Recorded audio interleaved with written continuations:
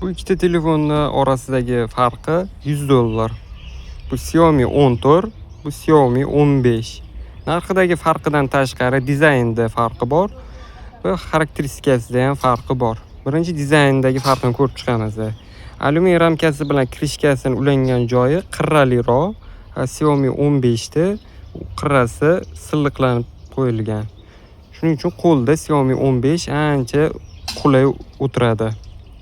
Xarakteristikasidan tashqari ekranda ham farqi bor. Birinchi farqi bu ramkasi. Xiaomi 14 da sal qalinroq, 15 da ingichkaroq. Отпечаткasida farqi bor. Xiaomi 15 da o'rtasida joylashgan, 14 da sal pastroqida. Va 15 da bu ancha tez ishlaydigan отпечатка, ultrazvukovoy, tez ochadi. Nomiga tekkizsanglar bo'ldi. 14 da bunaqa уже o'tmaydi. Sal ushab turishinglar kerak. Xo'p, xarakteristikasida protsessori 8 Elite 15 da, 14 da 8 Gen 3. 8 Elite hozirgi kunda почти eng kuchli protsessorlardan biri.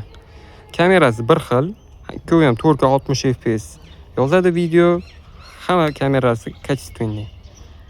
Sizlarga savol: $100 doplata qilib 15 olarmidinglar yo 14 o'zini ham ishlaturarmi deylar. Kommentariyada yozinglar.